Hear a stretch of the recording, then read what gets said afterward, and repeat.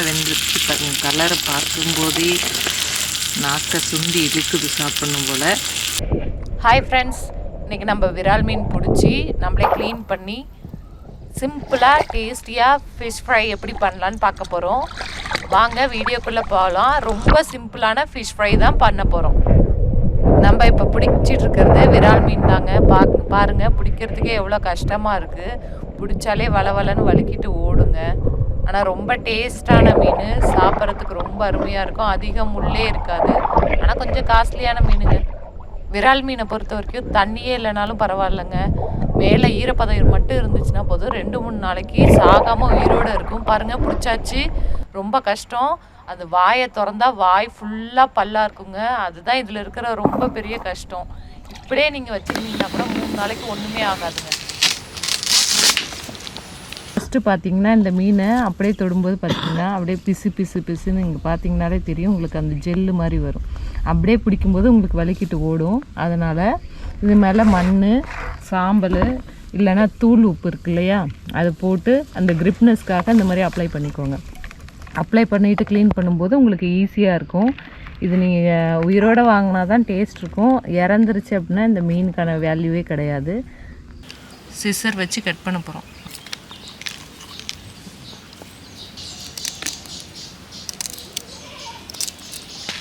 அடுத்து இப்போ இதில் இருக்க செதிலெலாம் எடுக்க போகிறோம்.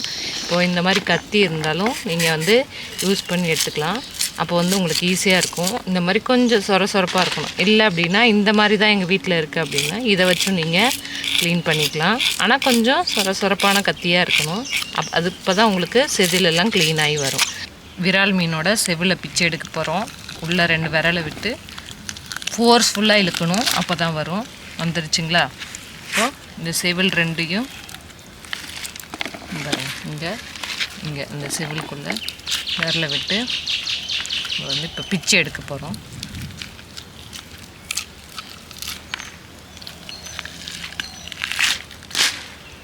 செவில் வந்துருச்சு.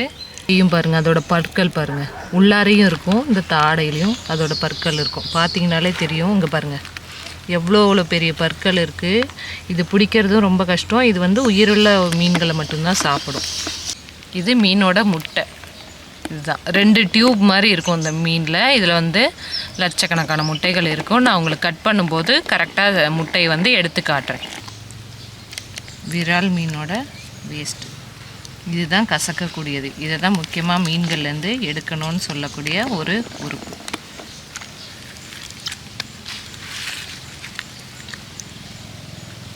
இப்போது சுத்தமாக ஆயிடுச்சு பாருங்கள், சுத்தமாக ஆயிடுச்சு. இப்போ வந்து உங்களுக்கு வேணுங்கிற மாதிரி பீஸ் வந்து நீங்கள் போட்டுக்கலாம். ஒரு சிலர் வந்து இதை கல்லுலேயும் தேய்ப்பாங்க. கல்லில் தேய்ச்சா இன்னும் நல்லா உங்களுக்கு க்ளீன் ஆகிடும். கல் இருந்தாலும் இல்லைனா கத்தியில் கொஞ்சம் நேரம் எடுக்கும், டைம் எடுக்கும் அது க்ளீன் பண்ணுறதுக்கு. செதில் சுரண்டி எடுத்துகிட்டு 1-2 செதில் இருக்கிறது, எனக்கு கல் இருக்கிறதால நான் கல்லில் வந்து நல்லா உரசி தேய்ச்சி கழுவ போகிறேன்.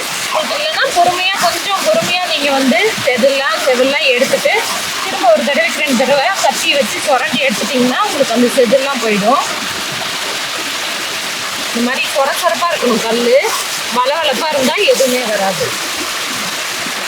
உங்களுக்கு கழுவும் போதும் இந்த மீன் வந்து வளவளப்பு தன்மை நிறைய வரும்.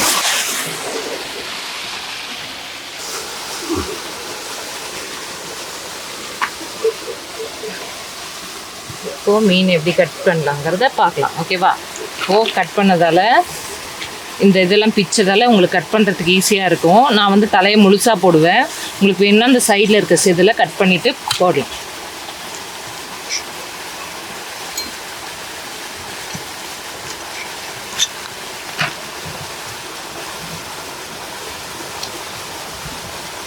பாருங்கள், இப்போ இதுக்குள்ளே முட்டை இருக்குது. முட்டை இருக்கிறத வந்து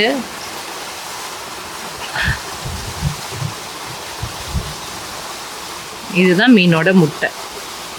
இது மாதிரி 2 இருக்கும் பாருங்க. இந்த மாதிரி ஒரு மீனில் 2 இருக்கும், 2 டியூப் மாதிரி இருக்கும் மீனோட முட்டை. இதில் வந்து ப்ரோட்டீன் கண்டென்ட் வந்து ரொம்ப அதிகம். பாருங்கள், அடுத்தது பீஸ் போட போகிறோம். லேசாக கட் பண்ணி விட்டு பாருங்கள், ஹார்ஷாக இது பண்ணாமல் இப்படி பண்ணிவிட்டு பண்ணால் தான் இந்த ஒரு பீஸ் வந்து இப்படி இருக்கும்.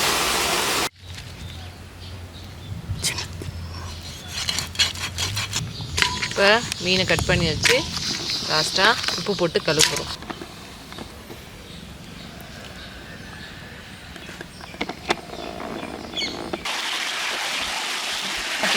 நல்லா மீன் சுத்தமாகிடுச்சு. இப்போ நம்ம மீன் வந்து பொரிக்கிறதுக்கு மசாலா போட போகிறோம். மிளகாத்தூள், உப்பு, அரை லெமன், கார்ன்ஃப்ளவர், இஞ்சி பூண்டு விழுது, மஞ்சத்தூள், அப்புறம் நல்லெண்ணெய். உங்களுக்கு காரத்துக்கு தேவையான மிளகாத்தூள் நான் இப்போ வந்து 2 ஸ்பூன் எடுத்துருக்கேன். தனி மிளகாத்தூள், இஞ்சி பூண்டு பேஸ்ட்டு ஒரு விரல் அளவு இஞ்சி, ஒரு 15 பல்லு பூண்டு போடுறது நல்லது, குழந்தைங்களுக்கு கொடுக்கலாம். அது மஞ்சத்தூள் சின்ன ஸ்பூனில் ஒரு 1/4 ஸ்பூன் எடுத்துக்கோங்க. உப்பு தேவையான அளவு, கார்ன்ஃப்ளவரும் அதே மாதிரி லைட்டாக, நிறைய போட்டிங்கன்னா மாவாக தெரியும், கொஞ்சமாக போட்டுக்கோங்க.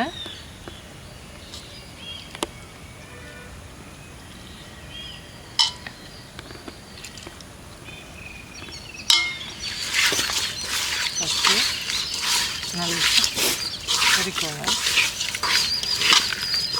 நல்லா பெசரிக்கோங்க. இப்போ ஒரு லைட்டாக ஒரு 2 ஸ்பூன், 1 கிலோ மீனுக்கு 2 ஸ்பூன் எண்ணெயே போதும். ஏன்னா மீன்லேயே ஈரப்பதம் இருக்கும். நல்லா மீனில் வந்து கோட் ஆகிற மாதிரி நல்லா கோட் ஆகிடுச்சு. பார்த்தீங்களா? பாருங்கள், உள்ளார இருக்க அந்த ஓட்டை ஃபுல்லாகவே ஊறட்டும். மீன் வந்து எந்தளவுக்கு ஊறுதோ அந்தளவுக்கு உள்ள அதோட டேஸ்ட் நல்லாயிருக்கும். 2 மணி நேரத்துக்கு முன்னாடி ஊற வச்ச மீன் நல்லா ஊறிச்சு. இப்போ தோசைக்கல்ல எண்ணெய் ஊற்றி வச்சுருக்கோம், பொரிக்க வேண்டியது. மீன் நல்லா ஊறிச்சு. நல்லா ஊற வச்சு நம்ம சமைச்சோம் அப்படின்னா மீனுக்குள்ளே அந்த டேஸ்ட் நல்லா இறங்கியிருக்கும். நமக்கு சாப்பிடும்போதே அந்த ஃபீல் ரொம்ப நல்லாயிருக்கும். நீங்களே என்ஜாய் பண்ணி சாப்பிட்டீங்கன்னா அவ்வளோ சூப்பராக இருக்கும். எந்தளவுக்கு ஊற வச்சுருந்தோ அந்தளவுக்கு நல்லது. அதுக்காக நீங்கள் அது ரொம்ப நேரம் ஊற வச்சு மீன் வீணாக போகிற அளவுக்கு ஊற வச்சிங்கன்னா ஒன்றும் பண்ண முடியாதுங்க. அதனால் ஒரு 2 மணி நேரம் அதிகபட்சம் ஊற வச்சு சமைச்சி சாப்பிடுங்க. இந்த மீனை நீங்கள் எண்ணெயில் பொரிச்சு எடுக்கிறத விட தோசைக்கல்லில் போட்டு செஞ்சு சாப்பிடும்போது இன்னும் அந்த மசாலாவோட எசன்ஸ் எல்லாம் இறங்கி நல்லா இருக்குங்க. நீங்கள் சாப்பிடவே ரொம்ப ரொம்ப டேஸ்ட்டாக இருக்கும்.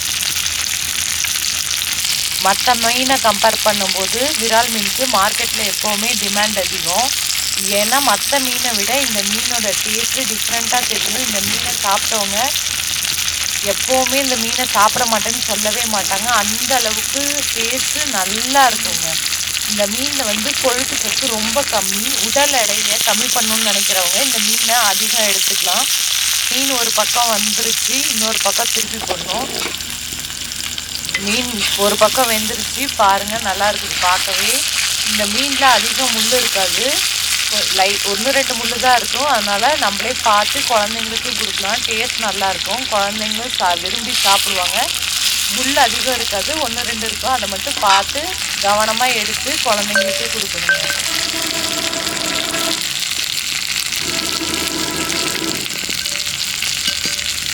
ரெண்டு பக்கமும் வெந்ததுக்கப்புறம் ஒரு 2-3 டைம் திருப்பி போட்டு எடுத்தீங்க அப்படின்னா சூடாக நல்ல டேஸ்டான மீன் ஃப்ரை வந்து ரெடி ஆகிடுச்சு.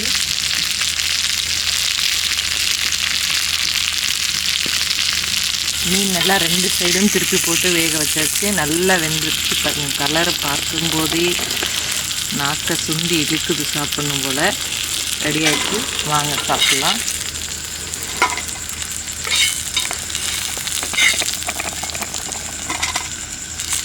சூடான சுவையான விரால் மீன் ஃப்ரை அடுப்பில் சுட சுட செஞ்சு எடுத்தாச்சு. லைட்டாக கொஞ்சோண்டு சாப்பிட்டு பார்த்துக்கிறேங்க. வீடியோஸ்க்கு லைக் பண்ணுங்கள், ஷேர் பண்ணுங்கள், சப்ஸ்கிரைப் பண்ணுங்கள், பக்கத்தில் இருக்க பெல் ஐக்கானை கிளிக் பண்ணுங்கள்.